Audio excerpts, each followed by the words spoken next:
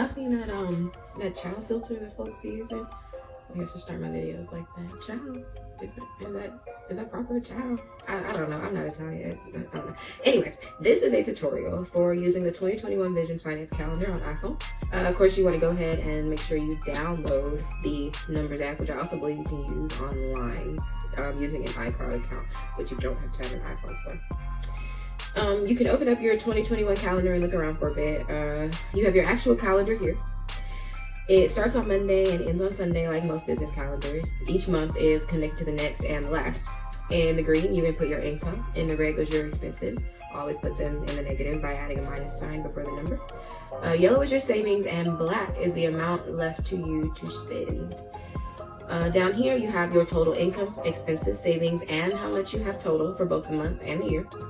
And next to that, you have a place to put notes and reminders. Each page is identical. They all have these three things.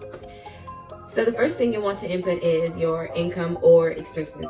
I don't recommend doing them at the same time as it can be confusing, but I do recommend doing them month to month, like all your income for this month and all your expenses for this month, all your savings for this month. And the first is passed, so we're going to start on this upcoming Monday. Let's go ahead and erase everything off of Sunday's ending balance so that it can be your starting point. Your starting point is going to be the total amount of money that you have available to you. That is your checking, your savings, your random cash that you have in your purse, all of the money that is available to you, you want to put on Sunday's ending balance. We will add and subtract from there starting on Monday. You have the option to use the 2 decimal places for cents, but I typically keep them at 0 just to keep everything clean. Cents don't typically change much. Next, you can choose to do expenses first, but personally I do income. Keep in mind that these won't be my actual income, expense, or savings figures. This is just for our demonstration. And go ahead and notice that each number you put in changes the numbers after it. So every number that you put in January is affecting December.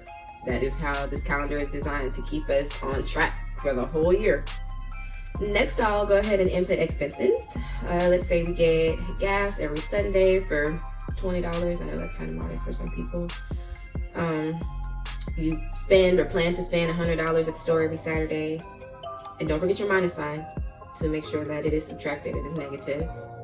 We'll drop a phone bill here, a car note over here, sprinkle a little insurance over here, power bill here, add a credit card payment.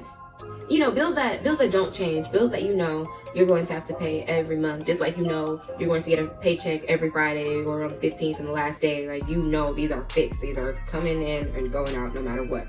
Then, once you have your income and concrete expenses in, see how much you can comfortably save. Leave it positive. This number will automatically be subtracted from the black box, which is the amount available to you to spend.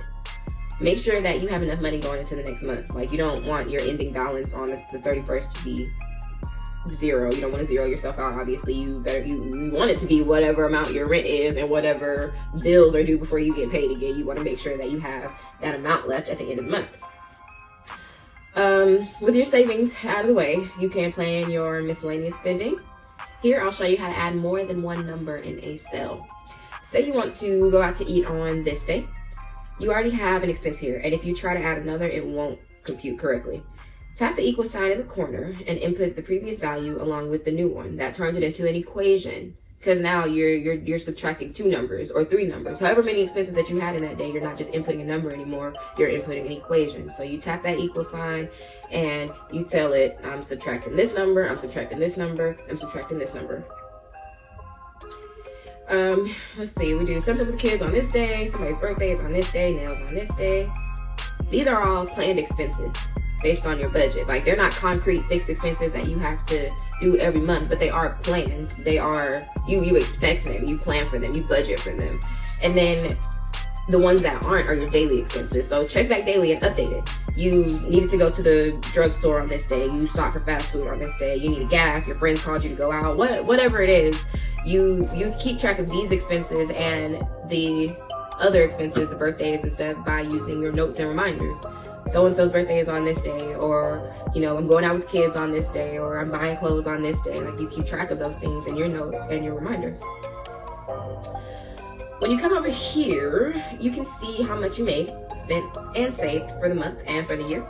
At the bottom, you have your total amount, including your savings for the month over here, and for the year here.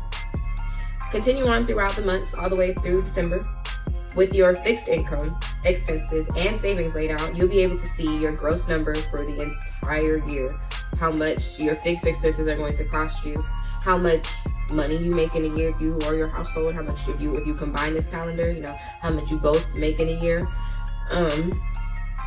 Look through and check for any days that the number in black goes below your threshold or goes into the negative. We're all in different places. Some people say, I don't want to see less than $500 in my account. Some people say, I don't want to see less than $1,000 in my account. Some people say, I just want to stay off the negative, and that's totally fine. So look for those days, find those days. If you don't want to see less than $1,000 in your account, but on this day it says you're gonna have 700, then weeks, months in advance, you have to make either a spending, savings, or earnings change. Something has to change in order for you to stay above your thresholds. With any threshold that is, whether it's $1,000 or zero, you have to make a change in order to make sure that it doesn't go below that. But using this calendar, you can see that if you lay all your expenses out from January to December, and you see that in September things get a little shaky, you know, between January and September you need to cut some things or earn some things or make some changes that will allow you to not go below your threshold.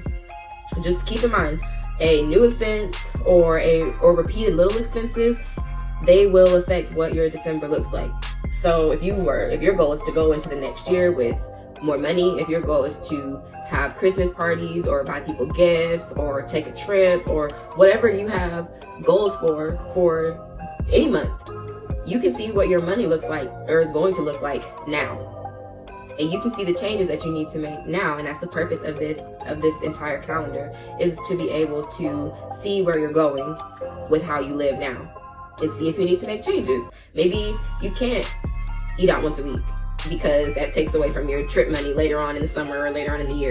Maybe you can't drink as much. Maybe you can't go out as much. Maybe you can't do whatever it is because you have a goal to meet. And that is the whole point of this calendar, is to help you reach your goals. Mine too.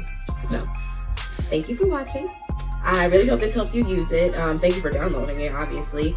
And I hope that this is helpful for you like it is for me. You can really keep track of your funds like this, and it can work for anybody. So use it and put all your numbers and let me know how it goes. Ciao.